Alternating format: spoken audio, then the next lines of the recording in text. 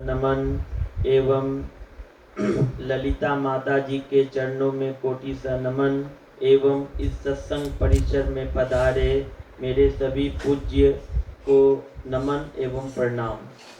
हम लोग यह 3 दिवसीय ध्यान योग सत्संग में सम्मिलित होने के लिए यहाँ पधारे हैं। पूज्य बाबा के संरक्षण में हम लोग यहाँ पे 5 समय ध्यान और 3 समय सत्संग कार्यक्रम कर रहे हैं। आज प्रथम पाली का पहला सत्संग है। समय की पाबंदी है, इसलिए मैं ज़्यादा विशेष नहीं कहूँगा। अब हम लोग पूज्य माता जी के श्री मुख से अमृतमय वचनों को पान करेंगे। बोलिए प्रेम से श्री सद्गुरु महाराज की जय।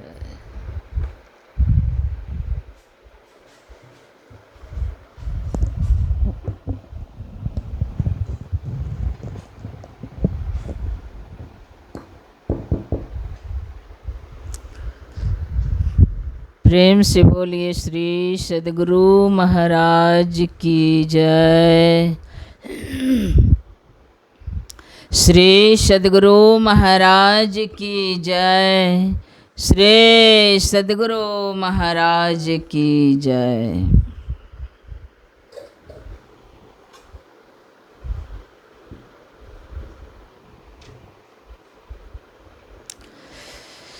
जयकार में कंजूसी नहीं कीजिए। जयकार हृदय खोल कर करना चाहिए, क्योंकि हम आपकी जयकार नहीं, परमात्मा की जयकार होती हैं। इसमें कभी भी कंजूसी नहीं करना चाहिए। ऐसे भी कहते हैं कि जयकार करने से हृदय का अंदर की विकार जो है सारा निकल जाते हैं। इसलिए जयकार दिल खोल कर करना चाहिए। बोलिए प्रेम से श्री सद्गुरु महाराज की जय। मंगल मूर्ति सद्गुरु मिलवे सर्वाधार।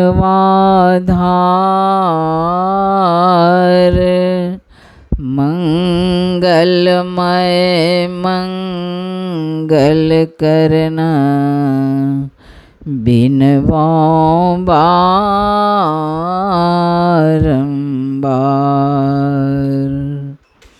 धन्य धन्य सद्गुरु सुखद महिमा कहे न जाए। जो कुछ कहो तुमरी कृपा मोते कछो न बसाए। जो कुछ कहो तुमरी कृपा मोते कछु न बसाए।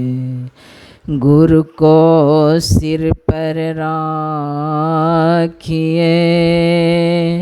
चलिए आज्ञा माही।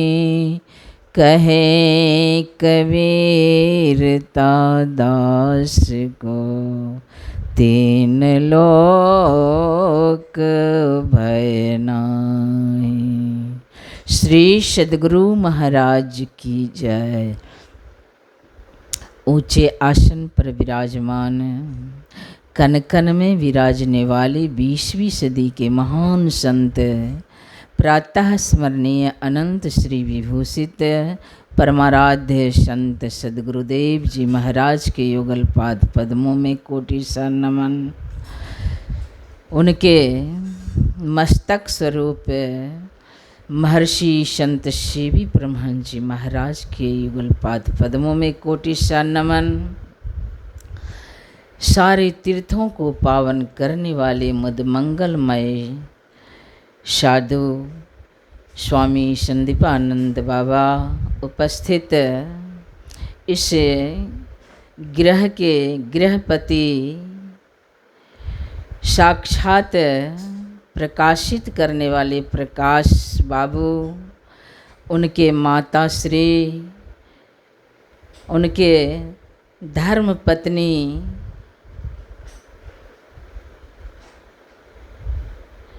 नाम मुझे मालूम नहीं है, प्रीति और नन्हे मुन्ने प्यारे बच्चों, सभी के अंदर बसने वाले जीवात्माओं का मेरा सादर प्रणाम।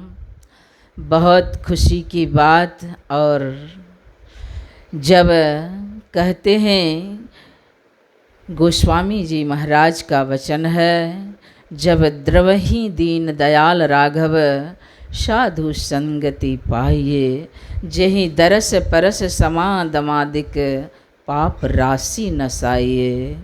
बहुत जन्मों के पुण्य उदय हम लोगों को जब एकत्र होता है, तब प्रभु कृपा कर हम लोगों को साधु महात्माओं का दर्शन और सत्संग, संत मत के सत्संग प्राप्त होता है। यह बड़ा दुर्लभ की बात है और बड़ा भाग्य की भी बात है। यह सबों के भाग्य में शायद है भी तो उदय नहीं होता। सबों की भाग्य की बात मैं, जहाँ तक मुझे जानकारी है, मैं जान रही हूँ कि इस परिवार में सतत परमात्मा की कृपा बरसती है, क्योंकि बिना उनकी कृपा से यह इतना बड़ा ज्ञान यज्ञ भले संख्या में कम हो, लेकिन यज्ञ तो यज्ञ है, ज्ञान तो ज्ञान है। परमात्मा की कृपा बहुत जोरदार से है। यह बात मैं देख रही हूँ और देखकर मुझे बहुत आनंद मिल रहा है। जो आज मुझे ज्ञात हुआ कि प्रकाश बाबू आपका नाम है। देखिए कितना सुंदर, जिस तरह नाम है उस तरह आप कार्य करके दिखला रहे हैं, अपना जन्म सार्थक कर रहे हैं। बहुत अच्छी बात है। मैं सबसे पहले आपका घर गई कटिहार में, वहाँ भी मुझे बहुत प्रेम मिला। जो आपका अनुज छोटा भाई थे, वह भी बहुत सुंदर प्रेमी हैं। वो बड़े भाई हैं, अच्छा, बहुत सुंदर प्रेमी हैं और बहू भी बहुत सुंदर हैं। तो यह सब बिना परमात्मा की कृपा से थोड़ो मिलता है ऐसा परिवार।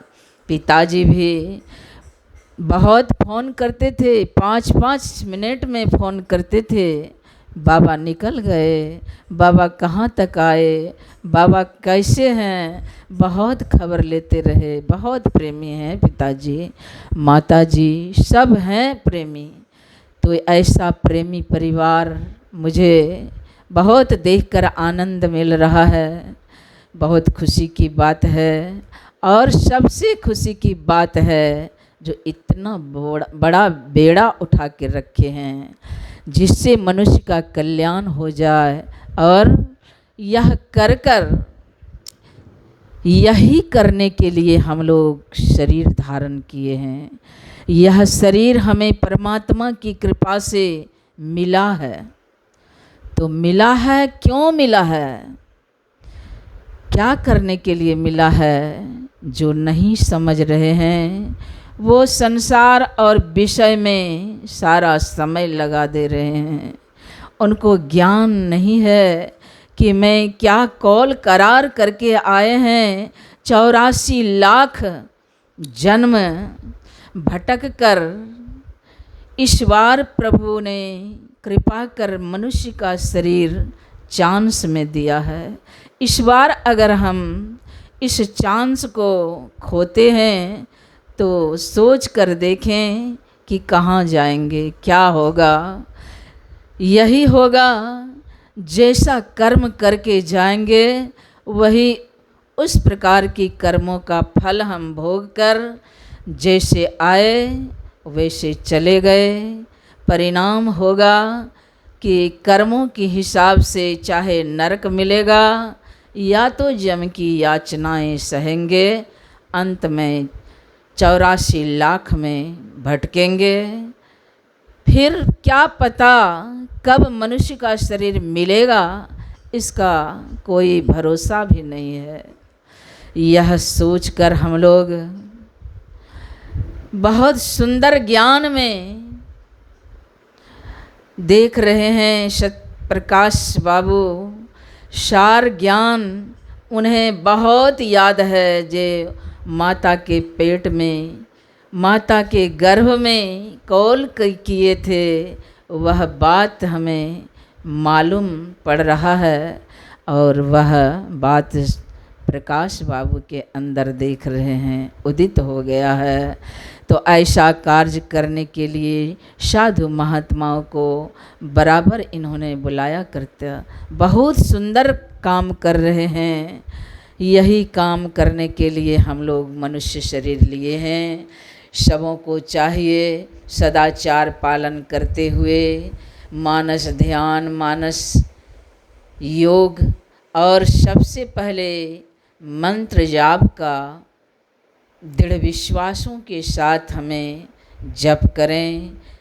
भगवान श्री राम माता शबरी को सबसे प्रथम बार यही उपदेश दिए थे कि हे माँ, प्रथम भक्ति संतन कर संगा, दूसरी रति मम कथा प्रसंगा।